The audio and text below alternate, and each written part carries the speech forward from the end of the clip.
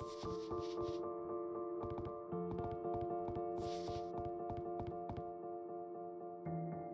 can hide.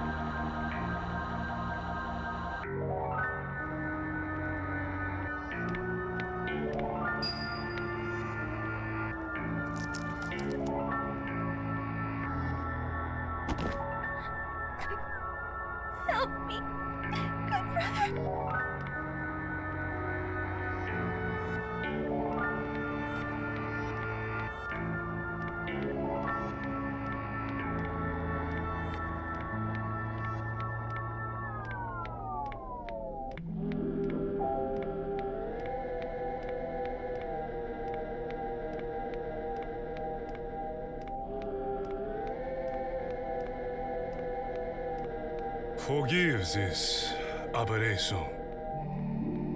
I seldom speak when the camera is rolling. I know little of your strife, but what little I have seen causes me a great deal of pain. So I offer you some simple advice. Do not twist the good memories with the bad memories. Those who do run the risk of becoming twisted beings in their own right.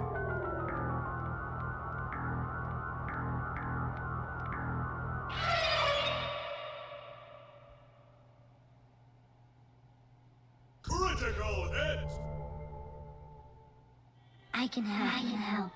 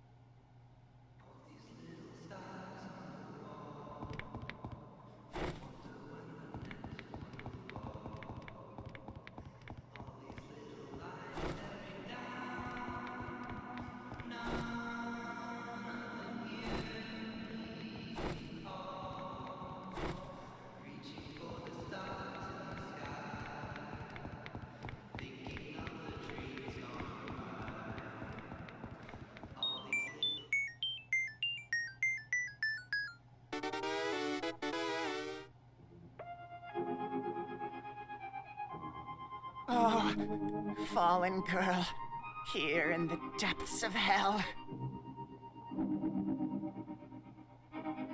What have you done to deserve this fate?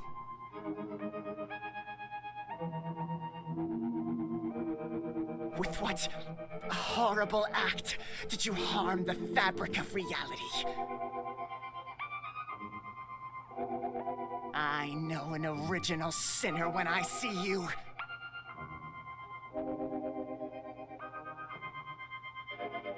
Just as I know myself when I peep the blackened pond.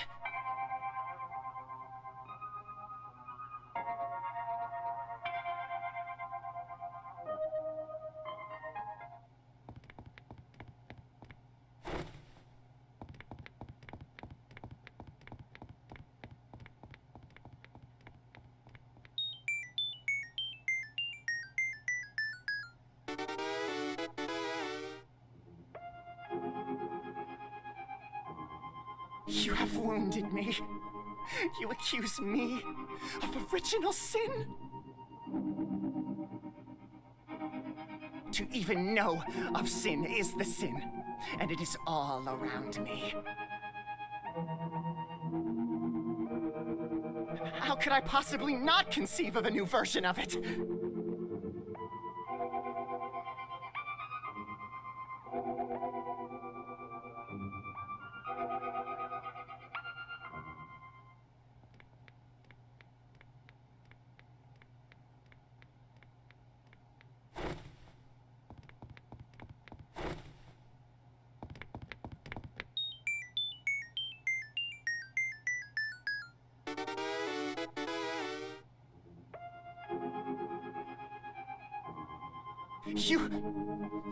You take originality for granted. You're a fool. And that is why you must die here in the soul space. All alone. No friends, no loved ones. Just all the realities you destroyed before this one.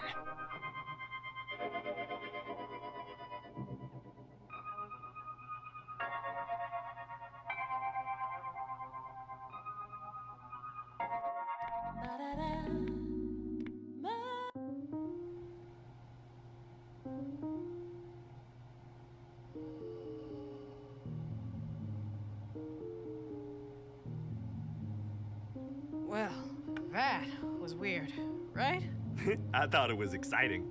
Sure, it was exciting, but like, there was a guy in a tank, and things got really weird. It was like a Kisage X film or something. Hot damn. You saw that too? I tried to bring it up a few times. Just felt incapable. Something about Alex makes it hard to bring up.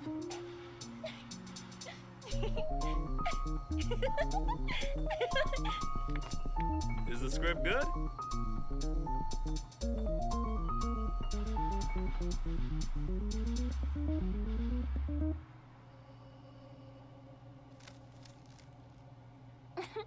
It's funny. I'm not sure if it's good yet, but it's definitely compelling. What's it about? Is it another Kisage X kaiju film? It's definitely a Kisage X film. No kaijus yet, but I'm only on the 3rd page. So far, it seems to be about a cruel boy who pushes his sister into a mysterious dark pond, forcing her into a mirror reality where she is someone else's sister. Who do you play? I haven't gotten to my character yet. All I know is my costume has wings.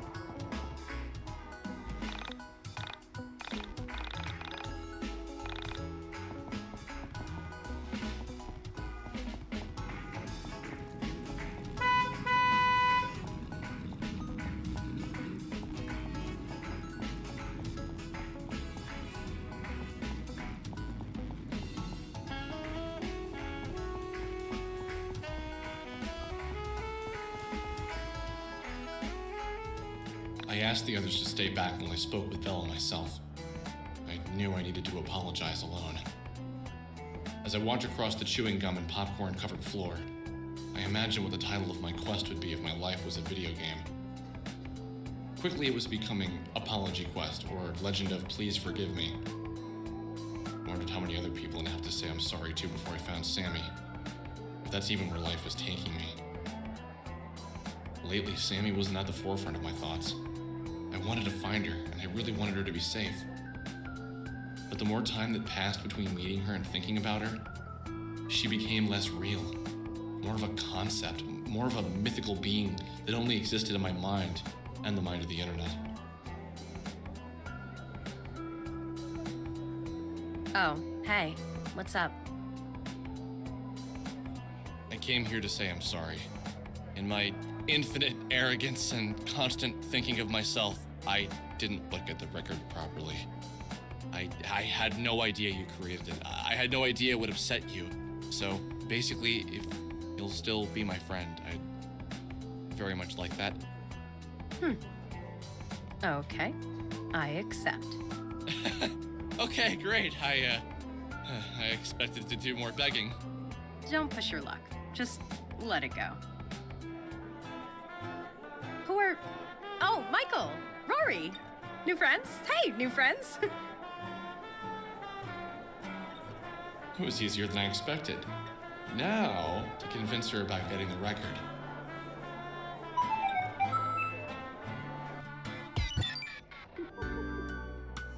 I introduced her to Claudio and Chandra. We went to the burger joint and talked about everything that had happened up to this point. I told her about their brother. Rory talked about his sister. Michael talked about his college fears, and I just listened. I never expected to find such an amazing group of friends so close to home. It was a great feeling.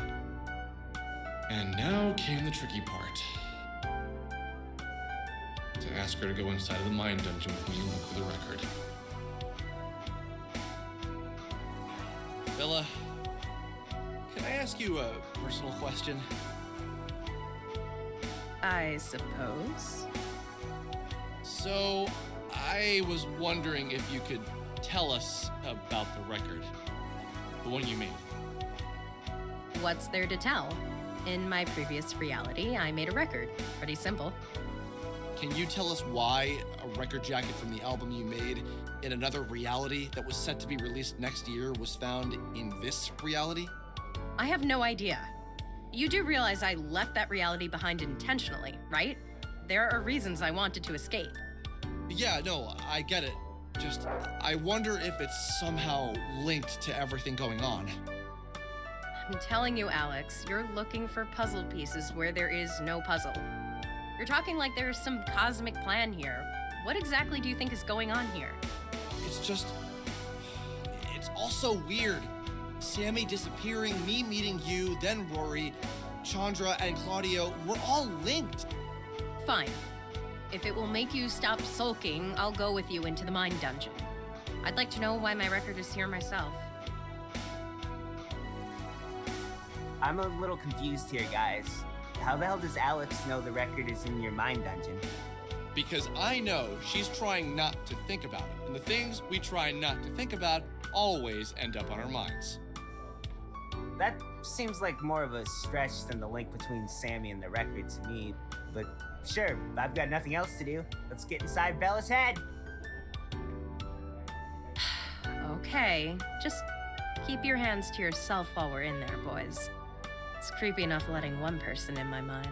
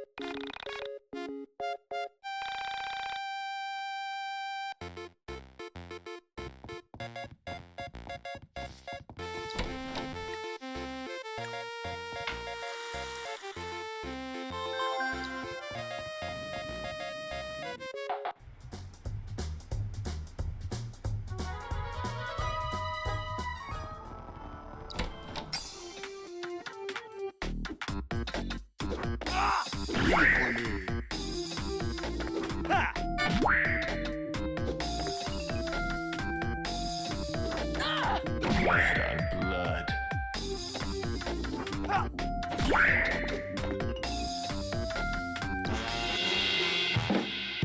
Okay.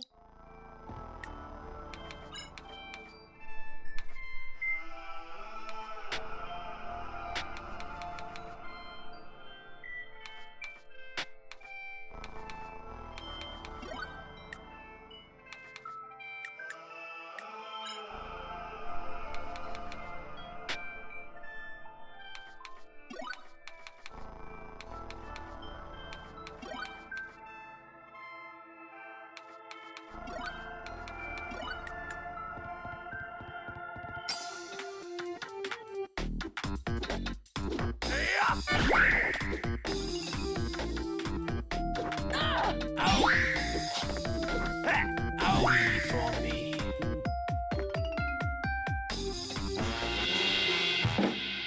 Okay.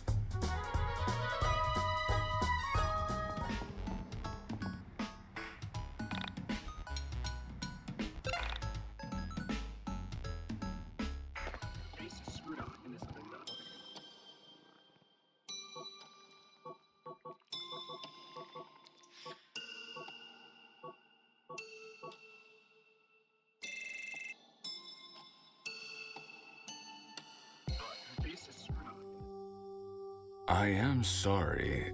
I did not know you were here. You could have knocked. I was in the back room, in the stacks. As you can see, no one visits here. No one except the dungeon master. And he hasn't visited in almost a year. Excuse me, but perhaps you have mistaken this for another floor? This is the library. I can't imagine you're here to read all these old books. Only the dungeon master is allowed to read them anyway. You're not the dungeon master, are you? No, didn't think so. Forgive me. I hate to be rude, but I'll need you to remove your glasses. There are things in this room that aren't meant for your eyes. Only the dungeon master is allowed to see. You understand, right? Good. Anyway, why have you come? What can I do for you? Oh, Crow told you to visit me? Oh, well, it's nice to have the company. Usually Crow sends people away. That's his job, you know. Outsiders aren't allowed in the Dungeon of the Mind. What? Someone gave you the phone number for the Dungeon of the Mind? I don't know what that means. Have I met you somewhere before? As you may know, in this Dungeon of the Mind, memory is unreliable and uncertain. There are things we can remember and things we cannot remember. You seem to be among the things I cannot. Please forgive me, but I want to have met you before. Of course, what I want doesn't matter. Only what the Dungeon Master wants matters. Okay, I've spoken enough. Okay.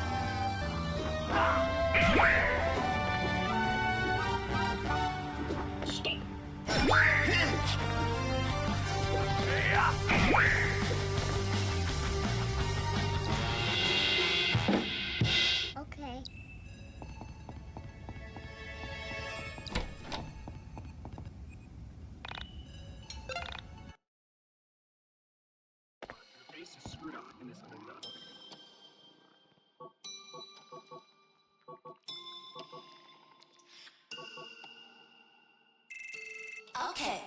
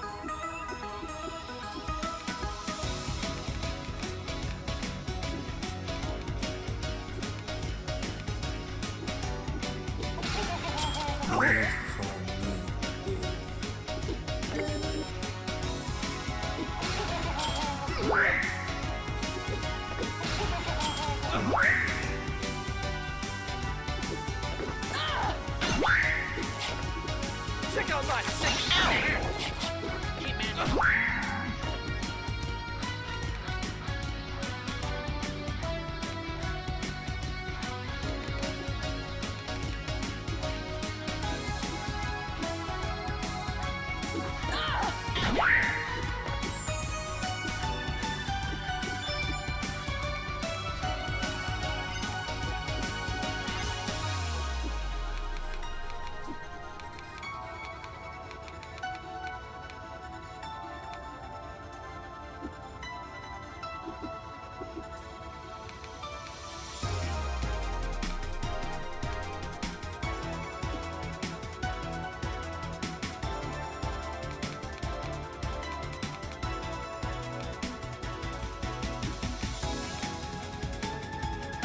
I'm so angry I made a sign.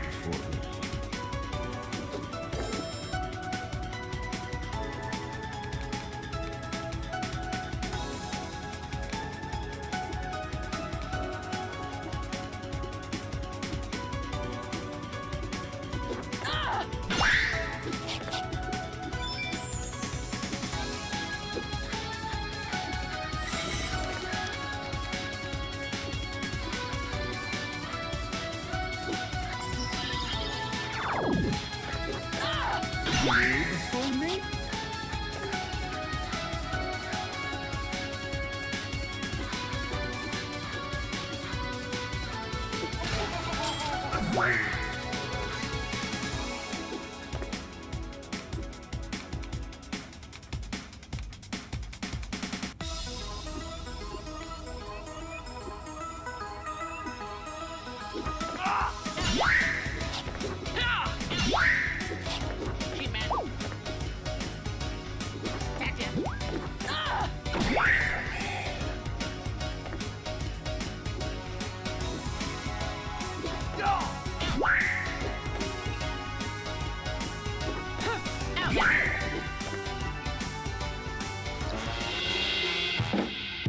Okay.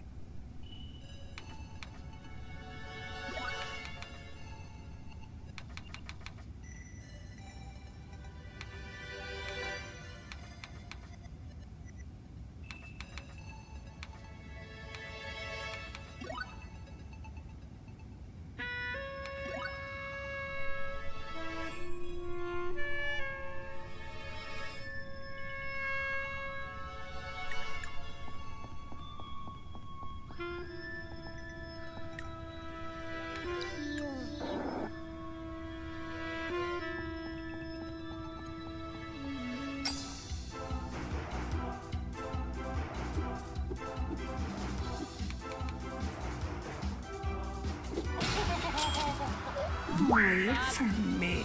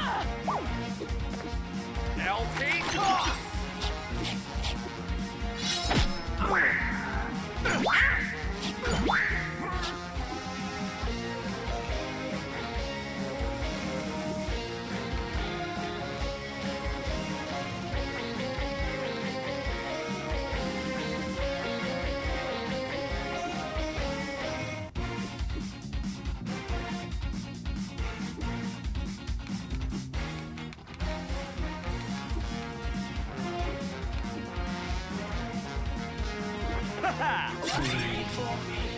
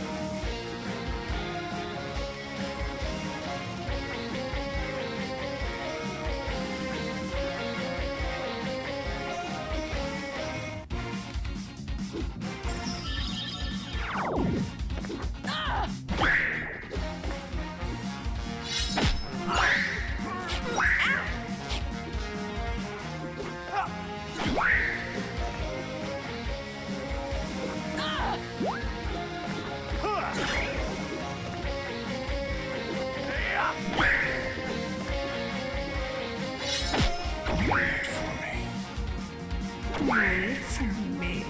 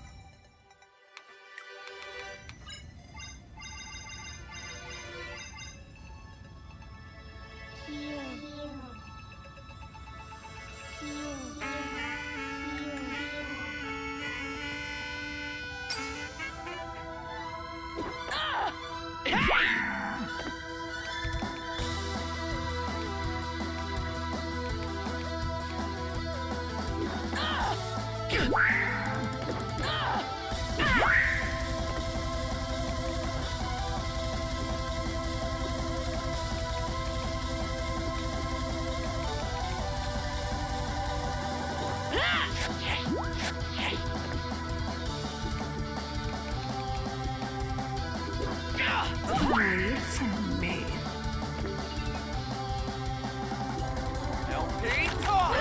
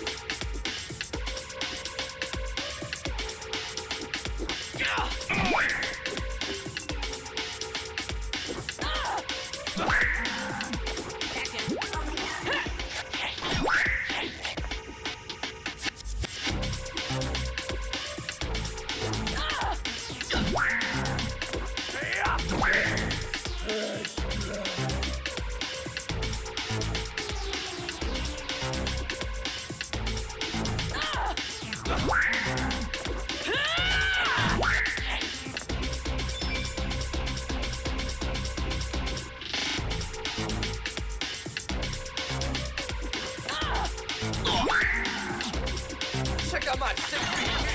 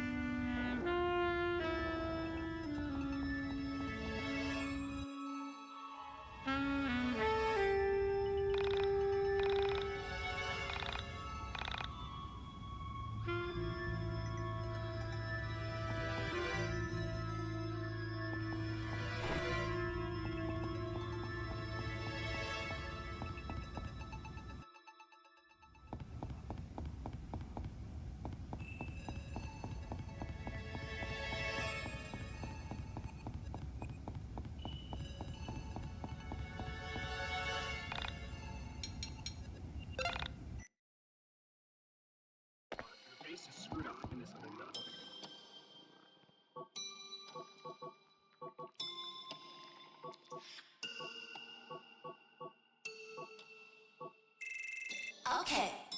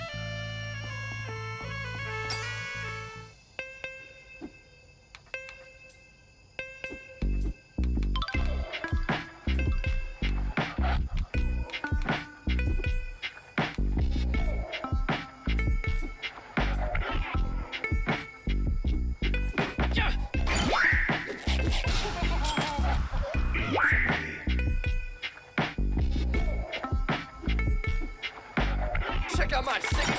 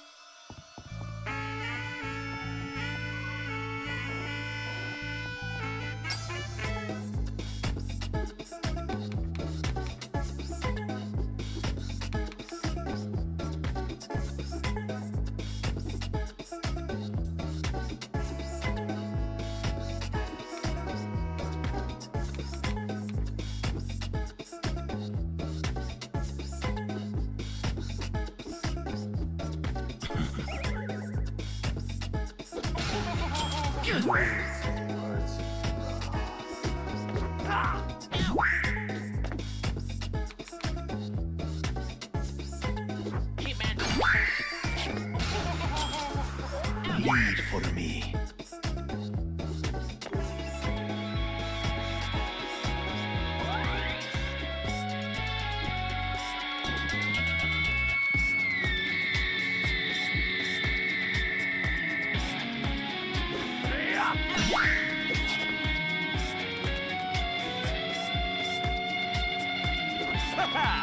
Lead for me?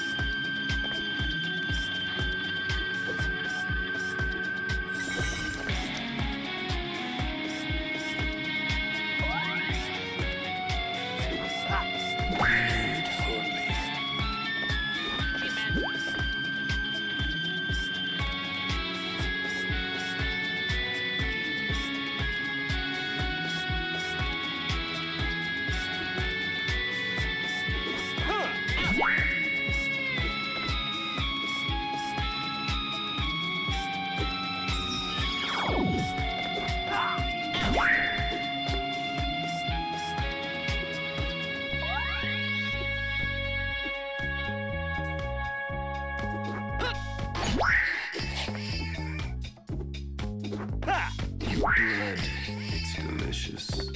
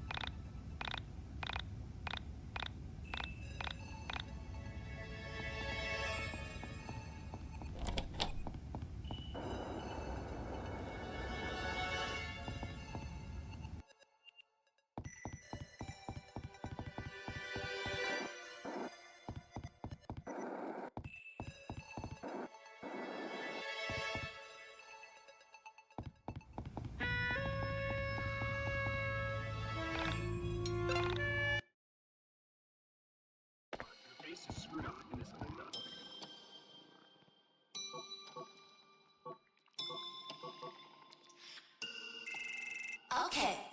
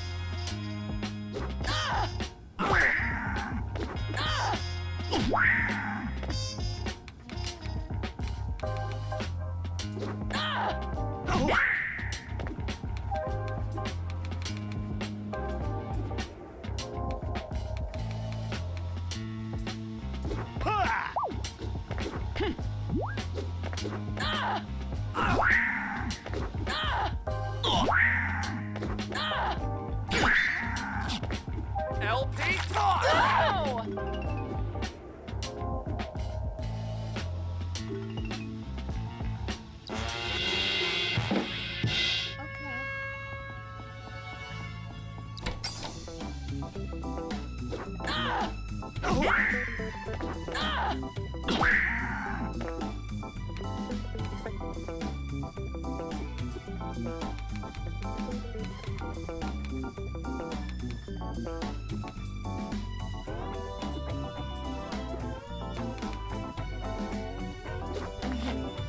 Wait for me.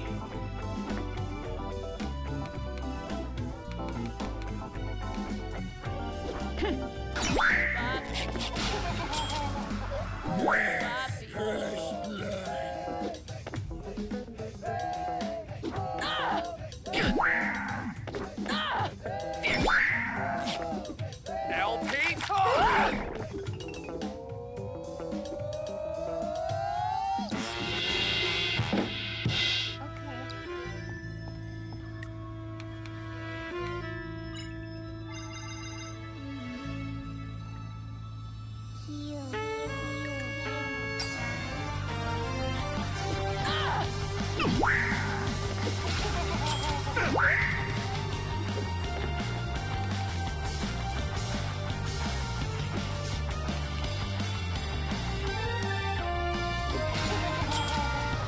Wait for me.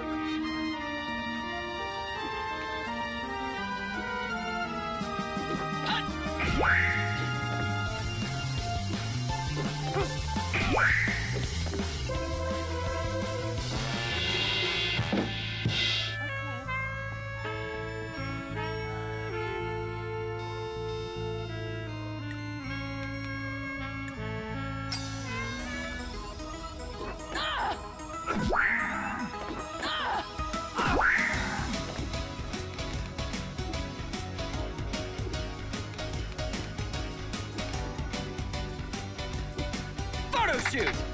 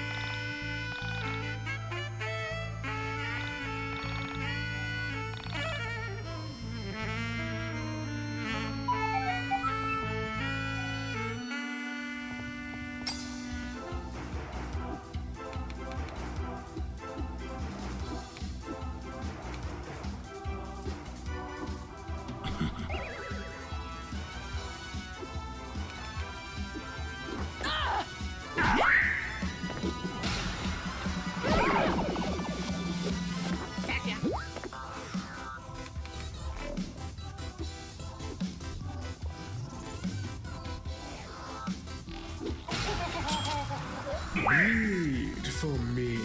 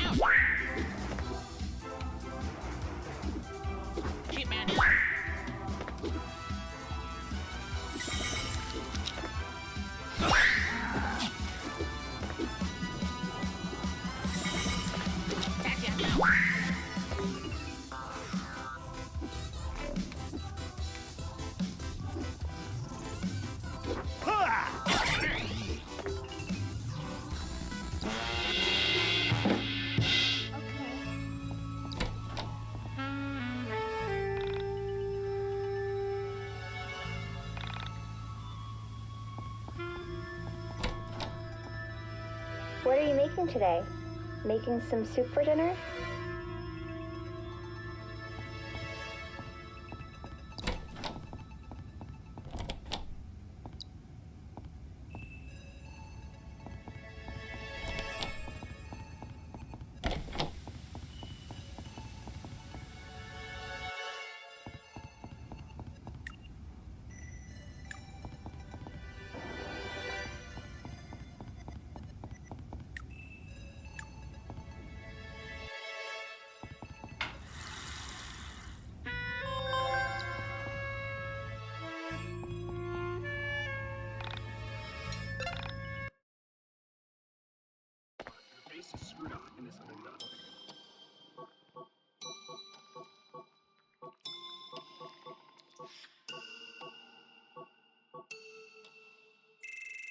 Okay.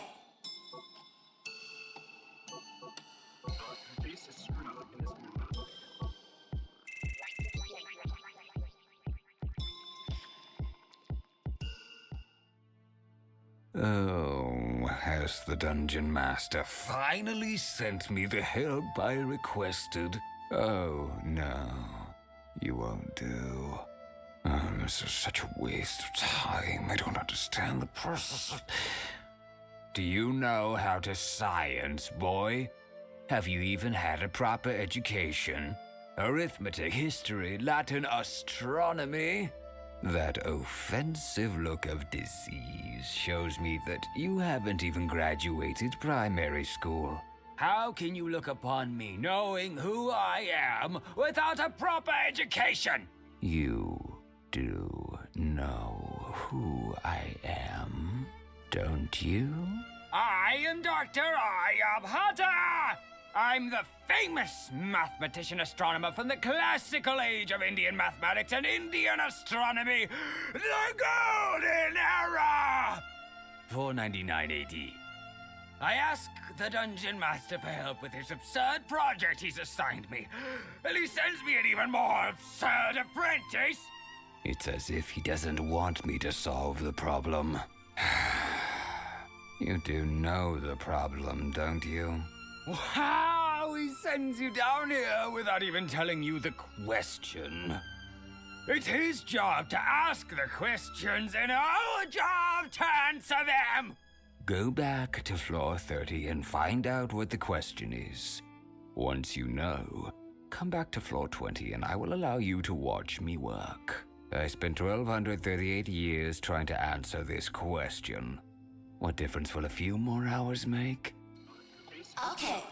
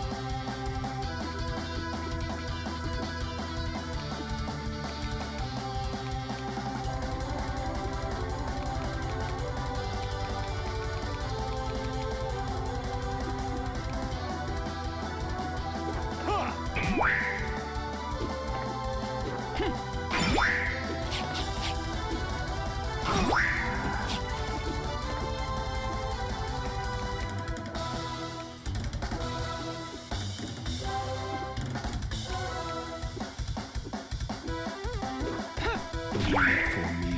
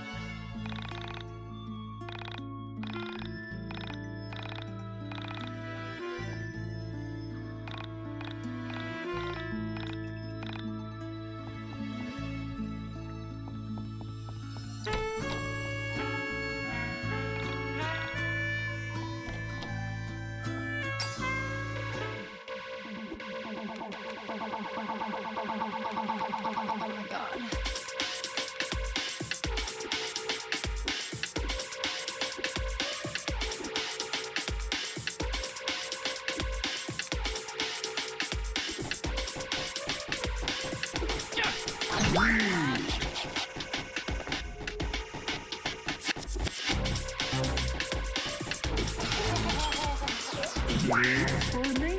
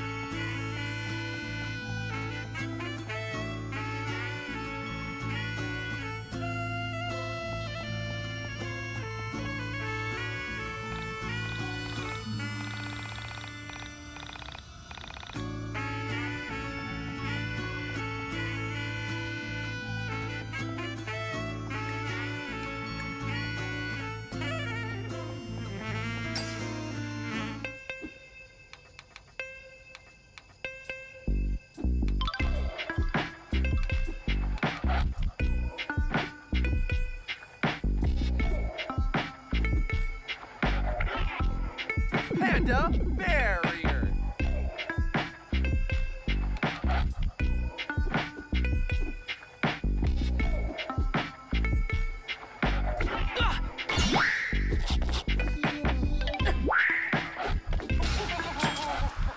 Wait for me. Wait for me.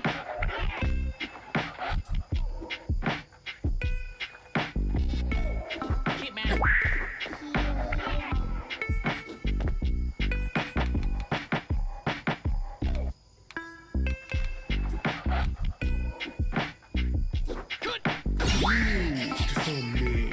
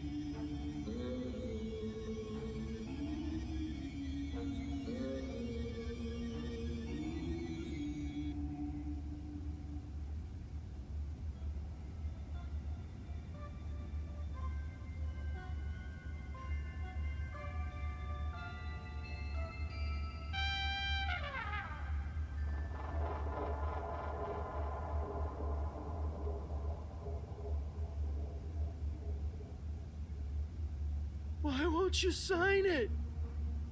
I've come all this way.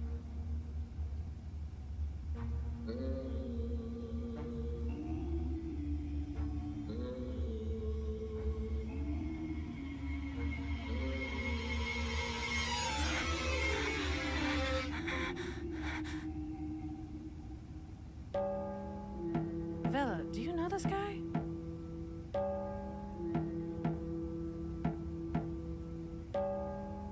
Oh, hell yeah! There are two of you? Will you sign it? Please, please? I'm your biggest fan. How'd you get in here?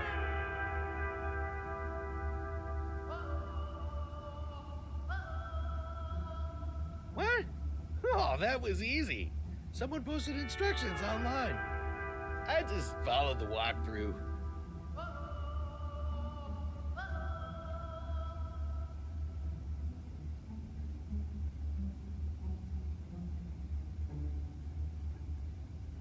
Vela clearly doesn't want you here.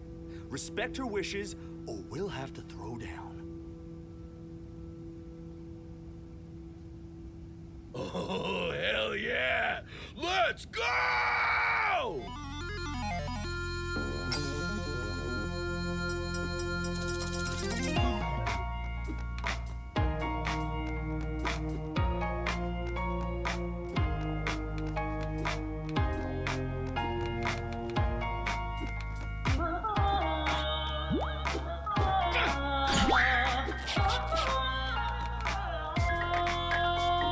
barrier!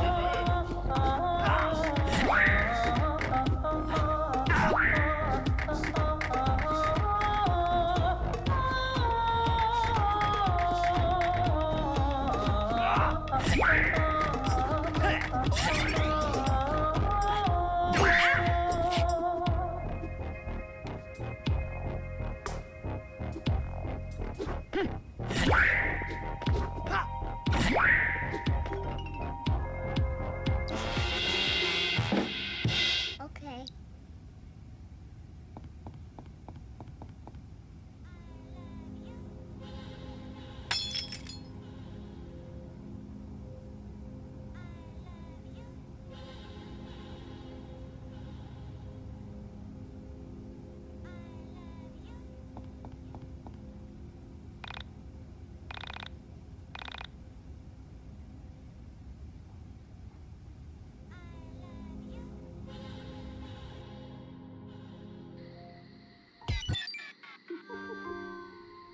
Vela asked us to listen to the record before we broadcasted. There was a certain aura of unease surrounding her. She pretended it had to do with not knowing what would happen after we broadcast the record. But I knew something else was wrong. So, I bet you're all wondering why I insisted we play this here. I think it's obvious. You want us to listen to music, and Alex's spoiled ass has the best sound system out of the six of us. That's actually correct. Back in my reality, I had written an album. This album. But I guess you already knew that. Anyway, just listen. I hope you enjoy what I made.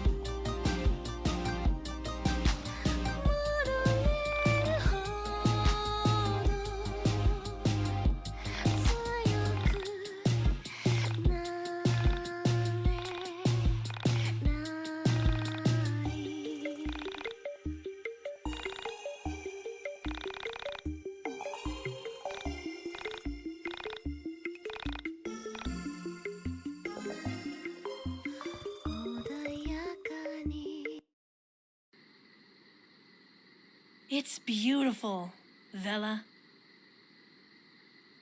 Yeah, really nice. Better than I could do. It's Nice. Not what I normally listen to. But I can tell it's good for the genre. Probably.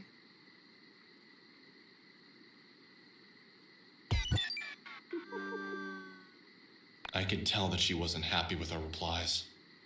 But none of us knew what to say. The music had shown us a side of Vela that we had never expected to see. A sort of vulnerable side. I felt compelled to chase after her, to tell her the music was beautiful and that she was incredible. But my feet didn't move. I remained as still and as silent as everyone else. My body motionless. I surveyed everyone's eyes, willing my brain to bind with theirs and get what they had been thinking. Had they all hated it? What had triggered such a lack of enthusiasm? You should go after her. It's what I'd want. Let her know it was great. If this is Vela's album, why was a guy singing on it? I almost cried. I hope she's okay. You gonna talk to her, man?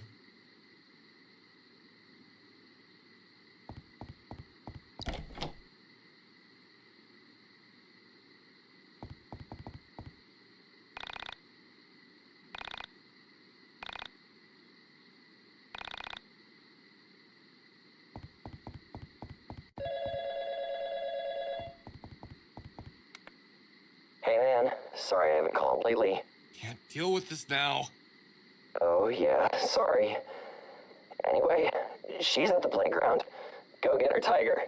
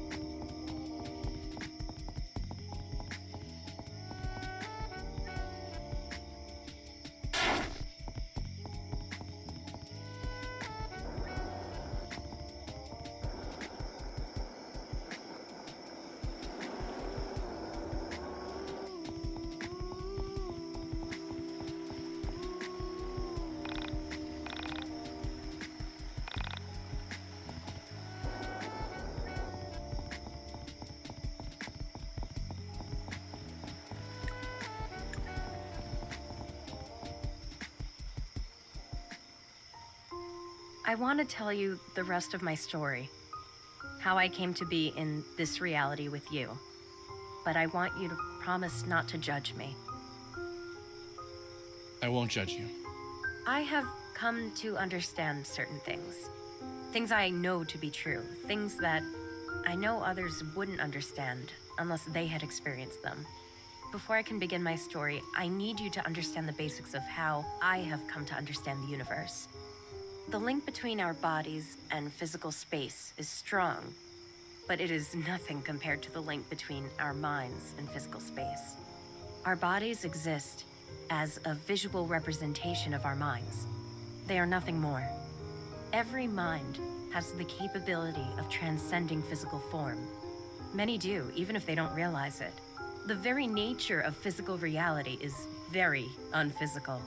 Humans have evolved to ignore the complexities and realities of the universe by using physical form to protect them from the harshness of existence. The very nature of being is to be in pain, is to long for and to be unfulfilled. To cope, we developed corporeal form. The use of physical form is not unlike leaving the light off at all times, obstructing the undesirables in the room. Do you understand what I'm saying so far? More or less. Please, continue. When I entered your reality, I was a much different person than I am now. My reality was much worse than this one. I was a girl who was entirely lost. From a young age, people thrust their expectations on me. They believed I was destined for artistic greatness. I was a child prodigy in many ways. I had peaked by my early teens, and I was no longer able to perform or create at a level that could match the adults around me. I was, for all intents and purposes, a disappointment. Picture for a moment being a young girl who can't do wrong. Everything I created, everything I said impressed those around me. I was the perfect child artist, but that's all I ever was. When I became an adult, my body grew, but my artistry remained childlike. I considered quitting piano, considered removing myself from art altogether, but something pulled me back. Somewhere along the course of my life, I had developed an artist's mentality. I knew I wasn't a good adult artist, but I was still compelled to create. And with each new thing I tried, I continued to disappoint those around me. It was May 22nd, 1996, when I met the man who would fix this for me. At 3:02 a.m., I walked into a music club in the city. He was on stage, playing to a small but enthusiastic audience. Each note he played on his guitar seemed to tell me something that I had always known but had never really understood. After he finished, I knew that I had to speak with him. It wasn't before long that we became both romantically and artistically involved. It was as if knowing him had somehow broken the seal around my mind that was preventing me from creating something worthwhile. The lack of refinement to his playing freed me from the confines of rhythmic and artistic regularity.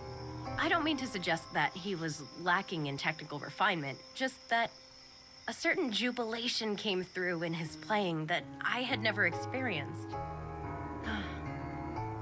Our relationship was like a whirlwind of physical and emotional affection. Never had I given myself to someone so literally and spiritually before.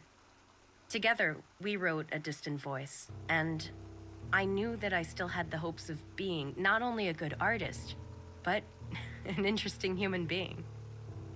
Something terrible happened on May 22nd of 1997.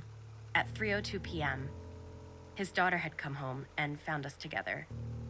He hadn't yet told his children about me. I was a much younger woman. He followed her out and into a coffee shop. I waited for them to return, hating myself more and more for entering his life and making it difficult. I waited there until 3:02 a.m., completely beside myself. And the strange thing is, he never returned. He never came back into his own apartment. I stayed there for a few days, knowing he'd have to come back eventually. And he simply never did. I called his friends, I called his manager, and they all said they hadn't seen him. Just like that, he slipped through the cracks of my reality and never returned. And you never saw him again? I did. It was May 22nd, 1998, 12:01 p.m. A minute into the first concert I had put on since his disappearance. I had refused to do our music live or release A Distant Voice until I had seen him again. Finally, legal pressure forced me to schedule a release for May 22nd, 1999, with a year-long tour to promote it. I watched in terror from behind my piano as he wrapped his arm around a girl even younger than I. This girl was not his daughter, though she was probably his daughter's age. I left the stage and receded into myself. The man who placed his arms around that young woman was not the same man who placed his arms around me so many times. It couldn't have been. The man I knew would not have put on such a display of affection, knowing it could hurt someone so much. It was in that moment that I longed to leave my reality behind, to sever my ties to my physical form and exist in a different space. For many days, nights, minutes, seconds, I sat in my bed, slowly drifting further into my own depression, slowly pulling my mind from my body. When the separation happened, it was almost immediate. It was so sudden that the painful moments leading up to it felt trivial. I was just my mind, and I had left my physical body behind. I floated until I found a reality that seemed different from mine, hoping to find a reality that contained the him I knew.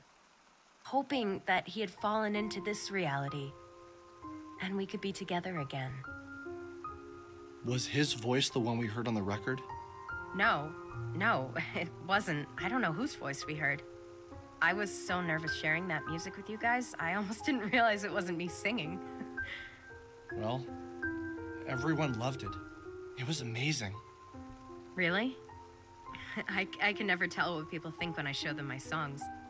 Well, what should we do now?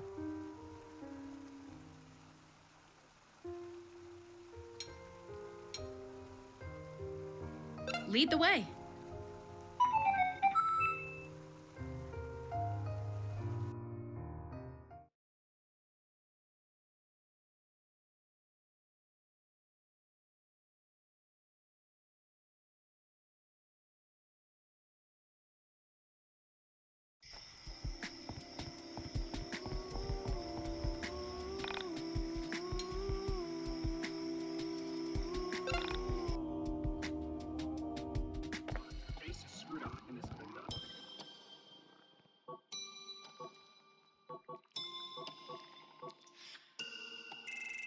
Okay,